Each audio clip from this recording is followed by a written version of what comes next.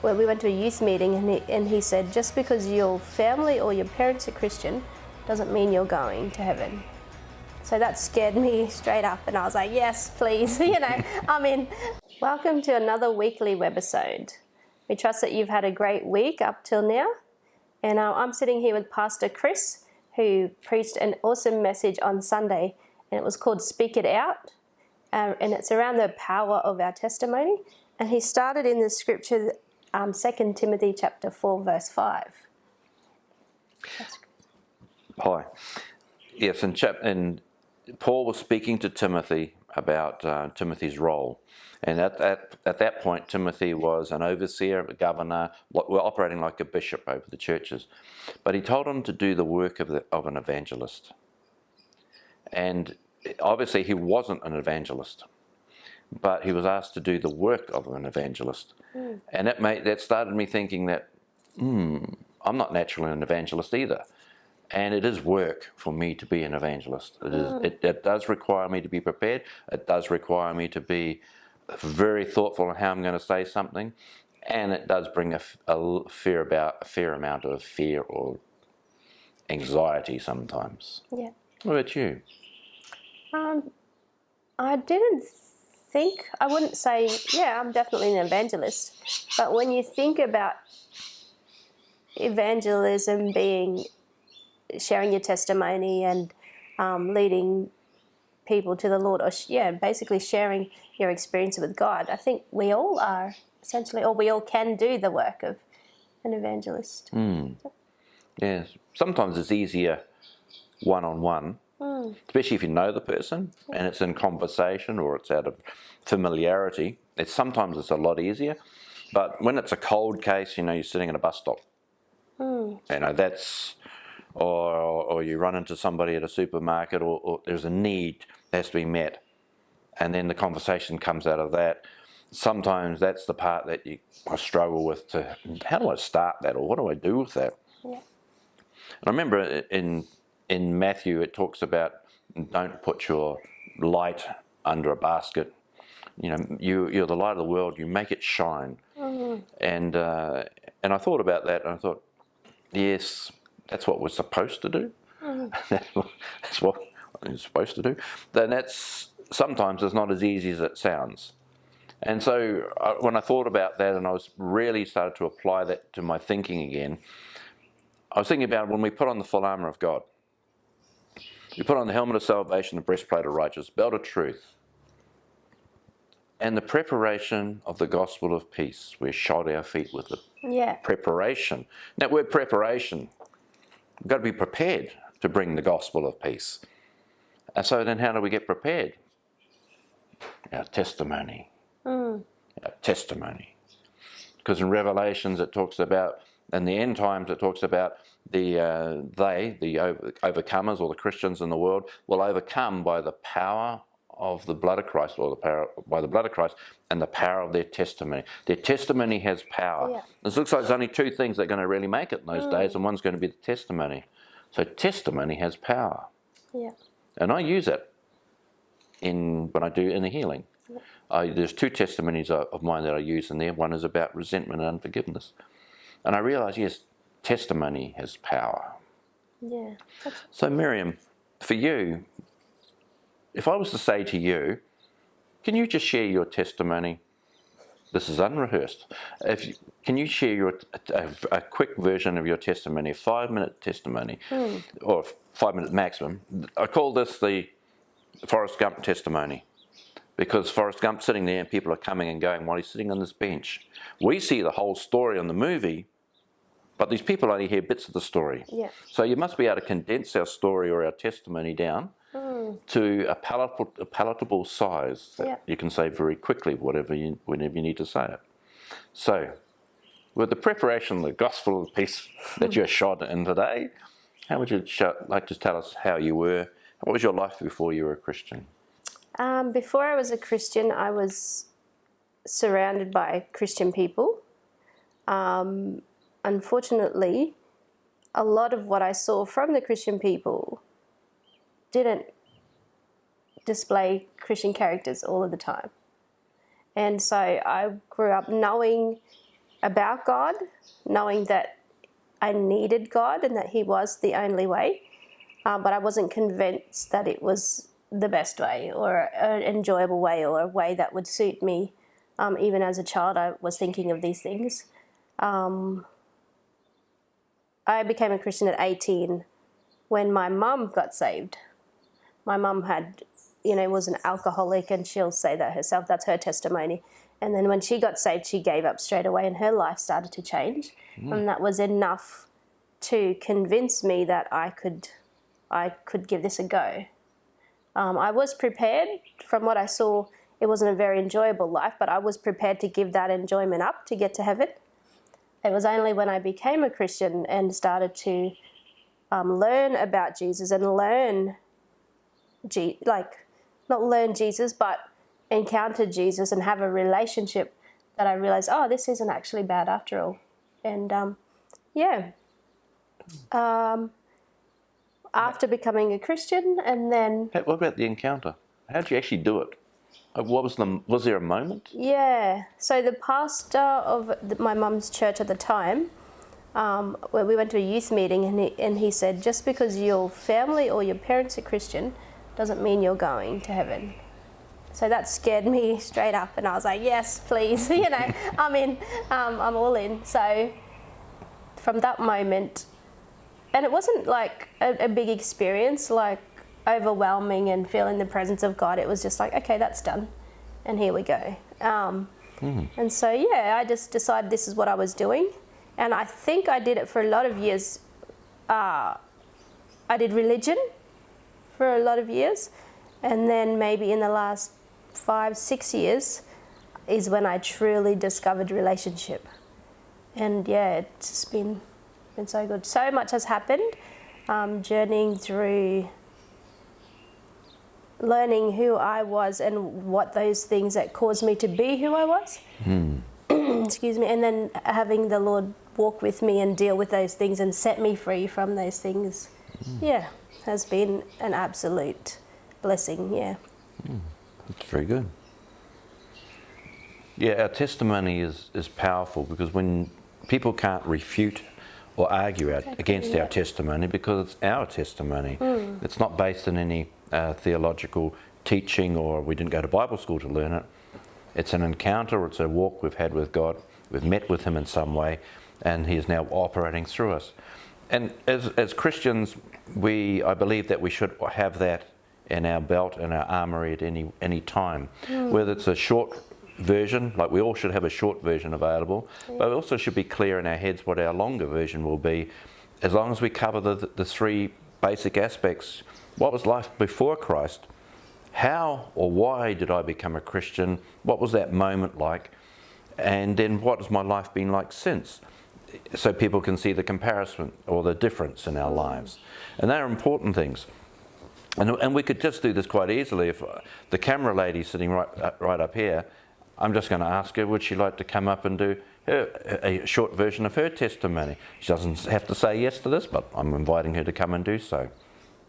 So this is our camera person, Heidi. Hello. And Heidi is a very important part of our church life. And we've just asked Heidi here in this room if she would just give her a short version of her testimony. Everybody has a story. Everybody has a story. So Heidi, you'd like to tell us what your life was before your decision or encounter with Jesus? What sort of person were you? What was your life? Okay, well, I was raised in a Christian home environment, and I've just known about God and just raised with godly things, going to church, Sunday school, the Christian things that you do. But there came a point where you got to make your own choice. And I was about 14. And just got alone with God and just said, I want to make this like a serious relationship with God. And just what he wanted for me. Do you remember what you said to him? Do you remember what your prayer was or your conversation was? Not exactly, but just inviting him properly into my heart, and just saying that, he can do what he wants with my life, and just making that proper decision. And so what was your life like after that? How did it impact your life?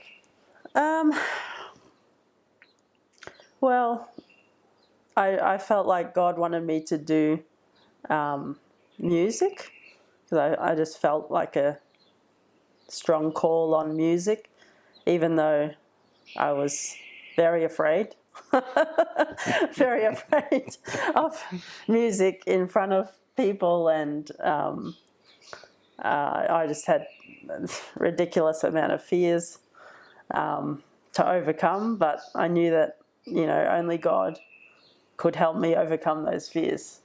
And so I said, that I wanted to become a worship leader, because I didn't want to sing for the world, but sing for God. So, and I knew that he's the only one that could get me out of that headspace to. So it became a life revolving around his will, God's will. Huh? Yeah. Wow, that's amazing. That's good. That's good. So everybody has a story, and it is as easy as that to tell it. Now, Heidi is not normally a brave person, but being able to say her testimony clearly and covering those 3 basic points. What was life like before? How did I get saved? Or what was the encounter? And where did that take me in life? And what's it like now? So thank you, Heidi, for that. You're welcome. So Heidi, can you share with me a testimony that you've heard around the call of God that's actually impacted you? Yeah. Well, Joyce Meyer was a big influence and testimony to what God can do through somebody. And that impacted me, because I know now what God can do through me, and he can take me from A to B, and just do things that I couldn't do myself. And he will take me where he wants me to go if I let him lead me. Her story is a good one, hey? Yeah, for sure. So when it comes to music, I didn't have a lot of belief in myself, that I didn't know where God would take me, but I knew what he wanted me to do. Wow, yeah. And I still just trust him every day, just for him to do what he wants to do. I had a lot of fears when I started music, and didn't want to sing in front of anybody. Just would rather be behind in the back. I'd rather be doing background tasks than singing up front. But I really felt like God was going, no, this is what I want you to do. And so I slowly overcame the fears one by one. I was just like, God, you need to do this, because I can't do this in my own strength. Yeah. So, and that's what he continues to do if I keep calling on him. Yeah, that's good. Look, that was great from Heidi. So good. Look, that is the essence of a historical testimony. And historical testimonies just cover those 3 simple points. Now, historical testimonies aren't the only type of testimony. We have testimony. We give testimony about God's goodness and other encounters we've had with Him, miracles, healings. We hear testimony all the time. But it's not just us always giving a testimony. It's when other people have a testimony and it impacts us or changes us, our point of view, our lifestyle, or it alters our heart in any certain way. Yeah. Miriam, look, you've heard many testimonies of people over the years. You'd like to tell us about some of the ones you've heard and how they've impacted yes. you. So we had this girl come to our church from China, and she actually only came to pick something up that she'd bought, and she actually thought it was a big house, and I think it was you that she came to pick that up from, and you explained it. Actually, it's a church. Anyway, she started coming along, and I got chatting to her because she would come to music practice and just listen, and she would just cry, and so I got around to one day sharing with her, and she told me a story that she said at the airport she was sitting waiting for the plane, and someone came up and sat next to her, an older lady, and started talking with her, and then said, "Do you know Jesus?" And she said, "No, I don't." And so the lady was sharing her testimony with her. So what she told me is the lady was sharing her story about Jesus, and then the ladies went off to catch her plane, but that never left her. So a part of the overwhelming that she was getting at music was the fact that she was now in a church hearing these songs about Jesus, and so that actually impacted me, to realize the power of our testimony, where we can go and share our testimony and not feel, oh well, that didn't do anything, I didn't walk away and they're not saved. But in actual fact, you do your part and then let God do the rest. And it may be that someone else comes and shares their testimony and builds on that, or it may be, whatever. God, it's His business now what happens. That's right. It's just our responsibility. Just to be, our responsibility to be that person at that moment. We don't have to have we don't have to have the solution to everything, and we don't have to have the whole story. But we fulfill a role in that person's life. It may be to bring them to Christ, but it may be in the first taste of the gospel they've ever heard. Yeah, that's right. Yeah, and I've noticed that we've increased the amount of testimonies we do in our worship meetings and our meetings with other churches, and the amount of content that's come out of it that's impacted people's life is quite staggering. People they may not remember the sermon, or they may not even remember some of the music, but if God speaks to them through a testimony, they remember that, and they do remember it. I remember people's testimonies to this day that 35 years ago, I still remember the things that triggered in my life. So have your testimony on hand. Make it part of the armour of God that you put on every day, if you're putting it on every day. Walk in the power of your testimony. Your testimony is real. It can't be refuted, and it has power. So be brave and take courage and share your testimony. We say bless you, don't we, Miriam? Yes. Say bless you and goodbye. Thank you for joining us here on the Royals YouTube channel. Don't forget to like, comment and subscribe. And if this has blessed you, feel free to share it with your friends and family. We can't wait to see you next time for another glorious gathering.